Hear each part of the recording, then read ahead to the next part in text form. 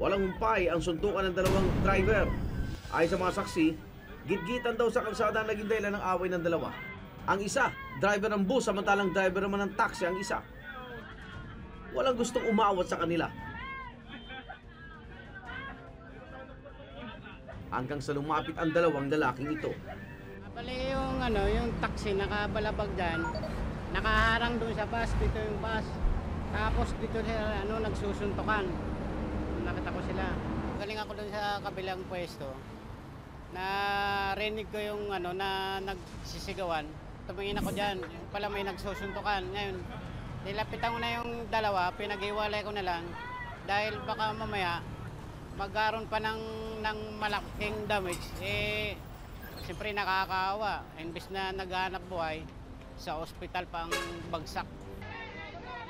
Ayon kay Nasser, agad ding umalis ang dalawa matapos niyang maawat ang mga ito. Ayon sa mga driver na aming tinanong, nakakaapekto ang init ng panahon sa kanilang mood kapag nagmamaneho. Talaga yung init ng panahon. Kasi, paano ka hindi init ang ulo mo? Summer na, korte na pasahero, mainit pa ang panahon. Kaya init talaga ang ulo mo. Mayroon. Lalo sa mga kasama ko, nagkakamyot ng ulo. Tapos yung tumutulog yung dila. Lalo na pag traffic. Kasi pag mainit ang panahon, mainit din ang ulo mo eh.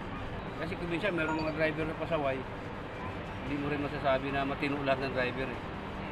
Eh siyempre, mainit din ang ulo nun. Eh kung magkasalubong yung dalawang ulo mainit eh, yari na. Ayon sa eksperto, may tulad ng utak ng tao sa Central Processing Unit o CPU ng isang computer. Kapag nag-overheat ang computer, maaaring hindi ito gumana ng maayos. Gaya ng utak ng tao, maaari din tayong mawala sa focus dahil sa init ng panahon.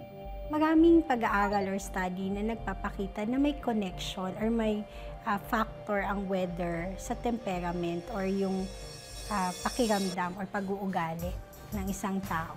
So kung ang weather natin kagaya ngayon ay summer, mainit ang pakiramdam, maalinsangan, malaki yung chances na mas madali kang makaramdam ng init ng ulo, no, madali kang makaramdam ng irritability kasi nga nagko-connect yung pakiramdam mo doon sa sitwasyon or sa klima ng panahon. Sa Naiya Road, Pasay, nagkainitan naman ang dalawang rider na ito nang magkagitgitan sa stoplight. Sa video makita ang pag-awat ng babaeng kasamahan ng isa sa mga rider. Pero ayaw magpaawat ang dalawa.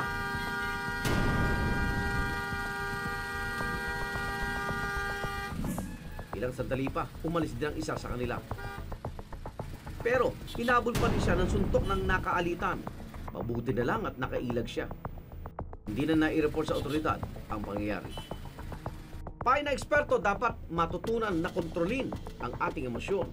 Sa ganitong panahon, no, mas mag-ingat tayo. Lalo na, hindi lang kasi yung init ng panahon ang i-consider mo yung crowd, no, yung congestion, like kung nasa road ka or nagda-drive ka, yung mga factors na ito, nakakapagbago ng timpla ng katawan.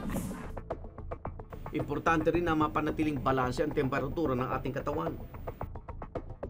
Kapag ang panahon ay mainit, mas mabuti na magsuot ng light-colored at manipis na damit. Uminom ng maraming tubig. Hydration is also important para tama din yung circulation ng blood and oxygen sa katawan mo. So, mas madali ka ma-relax. Mainam din paglalagay ng cold compress sa pulso sa kamay, braso at sa leeg. Makakatulong itong mababa ang temperatura ng dugo sa ating katawan. Sa Iligan City, dalawang babae naman na nagsabunutan. Bakit ang isang babaeng pumulot ng bato? Saka naman pumasok sa eksena isa pang babae at sinabunutan ng naunang babae.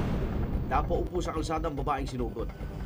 Hanggang sa pareho ng napahiga sa kalsada ang dalawa. Anong naging dahilan ng away? Abangan mamaya! Alitan daw sa social media ang dahilan ng sabunutan ng dalawang babaeng ito. Isang kagawad ng barangay ang umawat sa dalawa. Alam naman natin ang social media, maraming nagdudulot na epekto lalo na sa communication.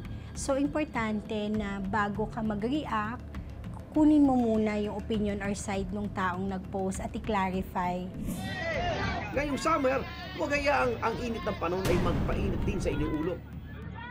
Tindaan sa mabuting usapan para hindi humantong alitan sa karasan. Kung isa kayo sa naging sangkot sa mga video na pinalabas namin ngayong gabi, bukas po ang linya ng aming programa kung nais yung magbigay ng inyong panig